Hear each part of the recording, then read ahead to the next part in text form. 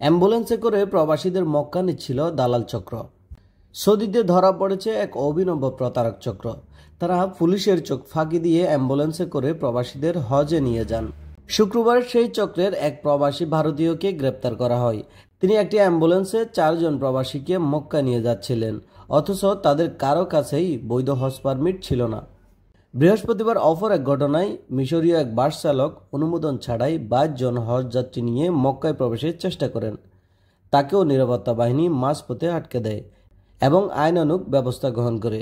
Saudi স্বরাষ্ট্র মন্ত্রণালয়ের তথ্যমতে মক্কা প্রবেশ ও হজ পালনের ক্ষেত্রে নিয়ম লঙ্ঘন রোধে চলমান অভিযানের অংশ হিসেবে এই পদক্ষেপ নেওয়া হয়েছে।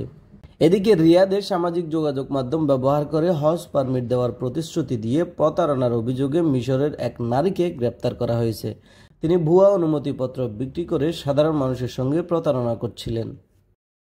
সৌদি আইনে হজ পারমিট ছাড়া কেউ পবিত্র নগরী মক্কায় প্রবেশ করলে কিংবা সেখানে অবস্থান করলে 20,000 থেকে শুরু করে 1 লাখ সৌদি রিয়াল পর্যন্ত জরিমানা হতে পারে। তাছাড়া সংশ্লিষ্ট যানবাহন জব্দ, অভিযুক্তদের ডিপোর্ট এবং 10 বছর পর্যন্ত সৌদিতে প্রবেশে নিষেধাজ্ঞা দেওয়ার বিধান রয়েছে।